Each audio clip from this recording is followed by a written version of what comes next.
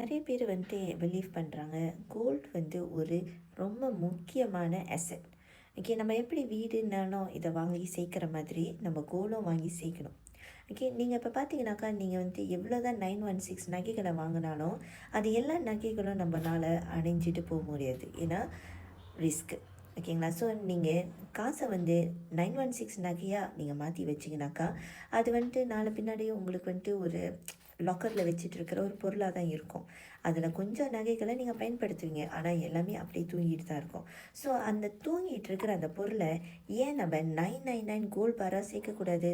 நீங்கள் பார்த்தீங்கன்னா 916 நீங்கள் வாங்குறதுக்கு செய்கூலி அதிகமாக கட்டுவீங்க, திரும்ப விற்கும் போது அதிகமான பெர்சன்டேஜ் வெட்டப்படும்.